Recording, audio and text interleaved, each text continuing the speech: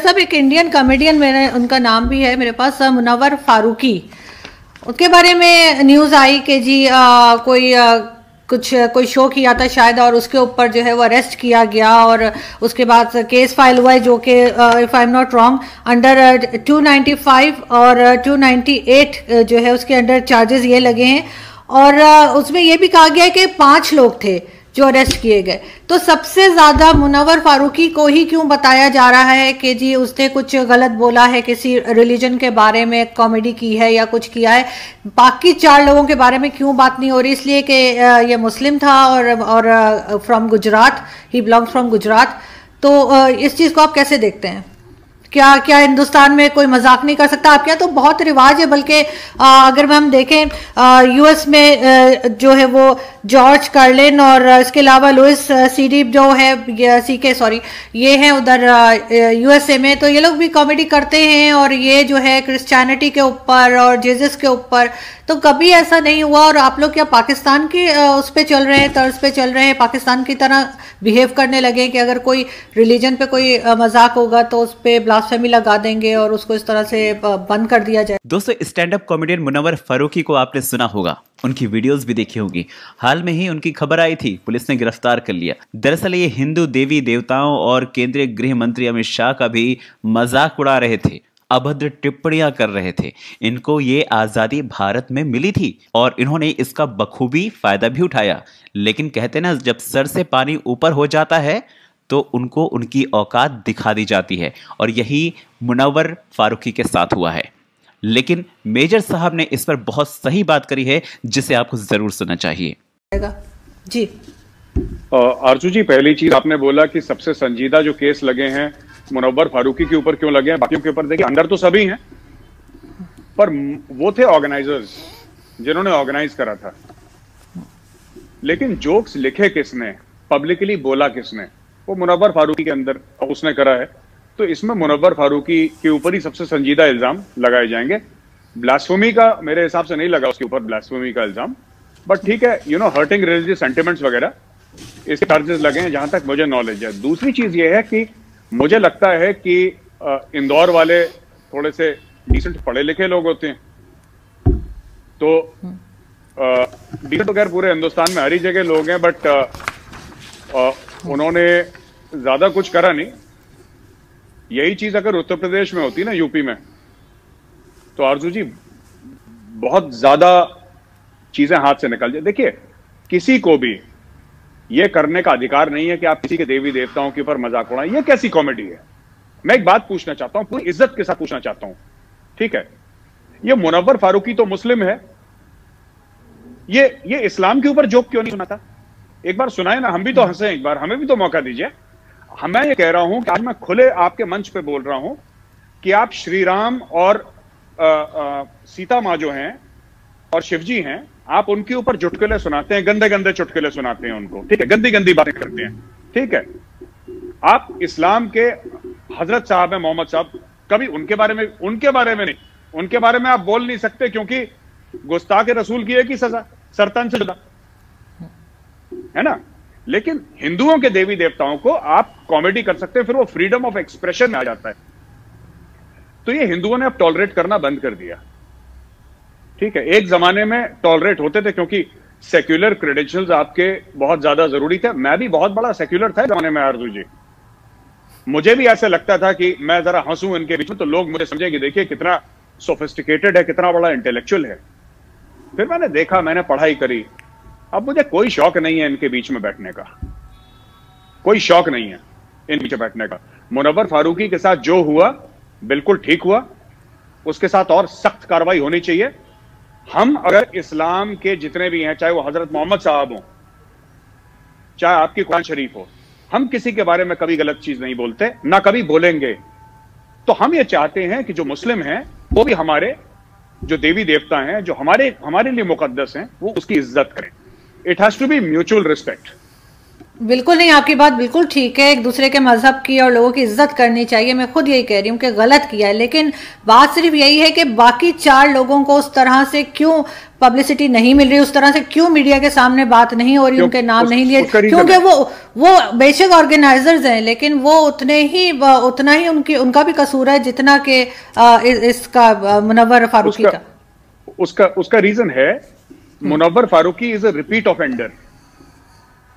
आप इसके अगर जाएंगे यूट्यूब में तो आप देखेंगे बार बार यही काम करता है, बार बार यही काम करता है। इसने हिंदुओं के बारे में बोला था, जो ट्रेन में साधु जले थे ना, जो साधुओं को जलाया गया था, जो मुस्लिम मॉब था जिन्होंने करीब 50-60 साधुओं को जिंदा जला दिया था ट्रेन में, तो इसने बोला कि क्या फर्क पड़ता है, वैसे ही तो हिंदू जलते हैं ना मरने के बाद। ये स्टेज पे बोल रहा है और इसको यहां के लिबरल्स प्रोटेक्ट कर रहे हैं कि भाई इसको थप्पड़ मार दिया।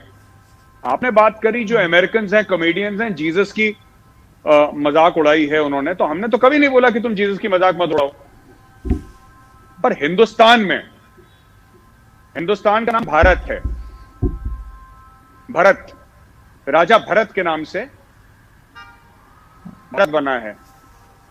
तो राजा भरत के वंशजों के ऊपर अगर आप भारत में रह के मजाक उड़ाएंगे तो I don't think that is proper. ये एक जमाना था जब लोग टॉलरेट करते थे और इन लोगों को पुरानी आदत लगी हुई है, इनको पुरानी चीजें, हैबिट्स लगी हुई हैं आरजू जी, कि हम बोल देंगे अच्छा होगा, हम लोग इंटेलेक्चुअल्स के बीच में बैठेंगे। अब बैठेंगे नहीं, पिटेंगे ये सब लोग।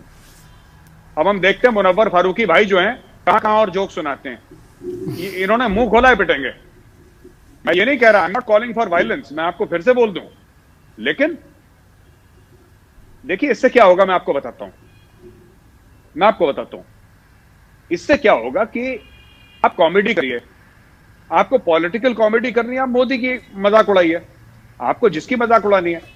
अगर आप, मैं साफ तौर पे अगर कह दूं आपकी शो पे, आप अगर हमारे देवी देवताओं की मजाक उड़ाएंगे या हिंदुओं के देवी देवताओं की मजाक उड़ाएंगे, क्या हिंदू कॉमेडियन नहीं है क्या? राजू श्रीवास्तव हैं, राजू श्रीवास्तव इतना बड़ा नाम है कॉमेडी का इंडिया में, ये तो कल के बच्चे पैदा हुए हैं, मुनव्वर फारूकी कल से उछल रहे हैं। राजू श्रीवास्तव इतना बड़ा नाम है, जॉनी लीवर इतना बड़ा नाम है, आपने बॉलीवुड फिल्मों में भी इनको देखा होगा। आपने कभी देखा इन्होंने कि किसी इस्लाम के, क्रिश्चियनिटी के, हिंदुइज्म के किसी के, तो जरूरी नहीं है कि आप किसी की बेइज्जती करके फ्रीडम ऑफ एक्सप्रेशन, और अगर ऐसा ही करना है आगे तो ऐसे 10 हिंदू कॉमेडियन हैं जो फिर और धर्मों के जिसको रिस्पेक्टेड फिगर्स हैं, जो और धर्मों के प्रॉफिट्स हैं, उनके ऊपर जोक बनाना शुरू कर देंगे। क्योंकि फ्रीडम ऑफ एक्सप्रेशन तो जो हिंदू के लिए हो, मुसलमान के लिए, फिर आप भी जोक सुनाओ, फिर हम भी जोक सुनाते हैं। फिर वो सरदम से जुदा वाला मामला नहीं होना चाहिए, फिर इन्हें कि हमारी दिल आजारी हो गई। तो सबकी आरजू जी बराबर की इज्जत होनी चाहिए, सबके बराबर की इज्जत। और वो जो ऑर्गेनाइजर्स हैं वो भी जेल जाएंगे। और ये जो मुनव्वर फारूकी है, ये तो रिपीट ऑफेंडर है, कोर्ट ये भी देख रहा है ना, he is a repeat offender.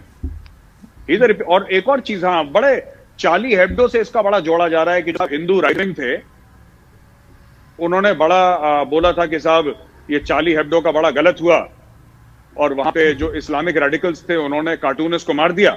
अब वही ये लोग लैक टॉलरेंस इंडिया में दिखा रहे हैं, तो ये हिपोक्रेट हैं ये लोग ना, हिपोक्रेसी कर रहे हैं ये लोग। ऐसी बात नहीं है, ऐसी बात बिल्कुल नहीं है। किसी के ऊपर केस करना और उसको कोर्ट ले जाना, ओके, और 12 लोगों का कत्ल करना, इसमें जमीन आसमान का फर्क है।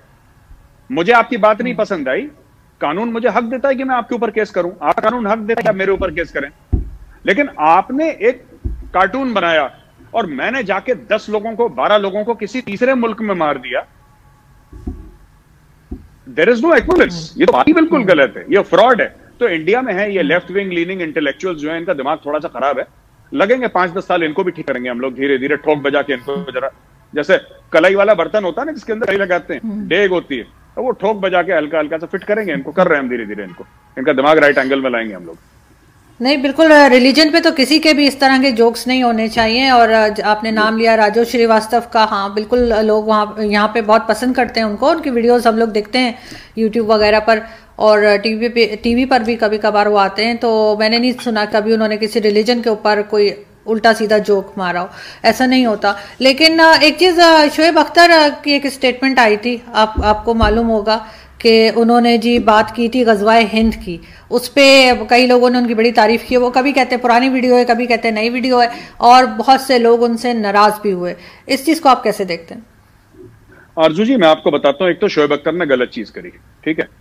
इंडिया में आया, बहुत पैसा मिला, बहुत इज्जत मिली, अब उसको कश्मीर और गजवाए हिंद याद आ गया। अब देखिए, छोटी सी बात मैं आपको बताता हूँ। एक मौलाना साहब है इंडिया के, उन्होंने बोला कि नहीं, इसको इंटरप्रेट गलत करा गया है, कुरान शरीफ में इस तरीके से नहीं लगा था, इसका जो तर्जुमा करा गया है, इसका ट्रांसलेशन करा गया है, या फिर इसका इंटरप्रिटेशन करा गया है, वो गलत। देखिए, आप इंटरप्रिटेशन कैसे भी करें, इससे कोई फर्क नहीं पड़ता। आप ये जस्टिफिकेशन नहीं दे सकते कि इसका शोएब अख्तर ने इंटरप्रिटेशन गलत करा। अगर लाखों करोड़ों लोग मुस्लिम्स अगर ये मानते हैं कि गजवाए हिंद होगा और होना चाहिए, राइट, होगा और होना चाहिए, तो ये सच है। फिर कुरान शरीफ में कुछ भी लिखा, उसकी कोई वैल्यू नहीं है। अब एक बात बताइए आरजू जी, मैं आपको ये बोलूं कि मैं हिंदू हूं, राइट, मैं हिंदू हूं, और मैंने जाके किसी और मजहब के 50 लोगों को मार दिया मैंने, ठीक है, और उसके बाद मैं बोलूं कि नहीं नहीं साहब, आप मुझे ब्लेम नहीं कर सकते, क्योंकि मेरी रिलीजियस बुक्स में लिखा है कि शांति और अमन होना चाहिए। साहब, उसमें लिखा है, उसमें लिखा है, तो क्या हुआ? उसमें जो भी लिखा है, मुझे क्या लेने देना उससे? मैंने तो कत्ल कर दिया है ना, या आपको क्या लेने देना उससे? एक बार कत्ल हो गया तो हो गया। तो लोग ये नहीं देखते कि किस किताब में क्या लिखा है, लोग ये देखते हैं कि उस किताब को मानने वाले जमीन पे क्या एक्शन करते हैं, वो कार्रवाई क्या करते हैं, वो कौन सी कार्रवाई अंजाम लाते हैं, उस पर डिपेंड करता है। नोबडी विल, किसी मुसलमान के पास इतना वक्त नहीं है कि वो हिंदुओं की किताब पढ़े, या किसी हिंदू के पास इतना वक्त नहीं है कि मुसलमानों की किताब पढ़े। हम तो जो हमारे सामने एक्शन होता है, हम एक्शन देखते हैं, राइट। अब लोग कहते हैं कि अलकायदा है, अलकायदा वाले, वो कहते हैं अव्वल तो अलकायदा वाले मुसलमान है ही नहीं। कई लोग ऐसे कहते हैं, अलकायदा वाले कहते हैं मुसलमान है, कहते हैं हम इस्लाम के लिए लड़ रहे हैं। इस्लामिक स्टेट ग्रुप ने, दाइश ने अपना नाम इस्लामिक स्टेट रखा है। दुनिया को यह सर्टिफिकेट नहीं चाहिए कि मुस्लिम कौन है, नहीं है, उनको यह पता है कि इस्लामिक स्टेट ने हजारों लोगों के गले काट दिए। तो जो जमीन पे फैक्ट्स है, हमें हकाइक पे बात करनी चाहिए।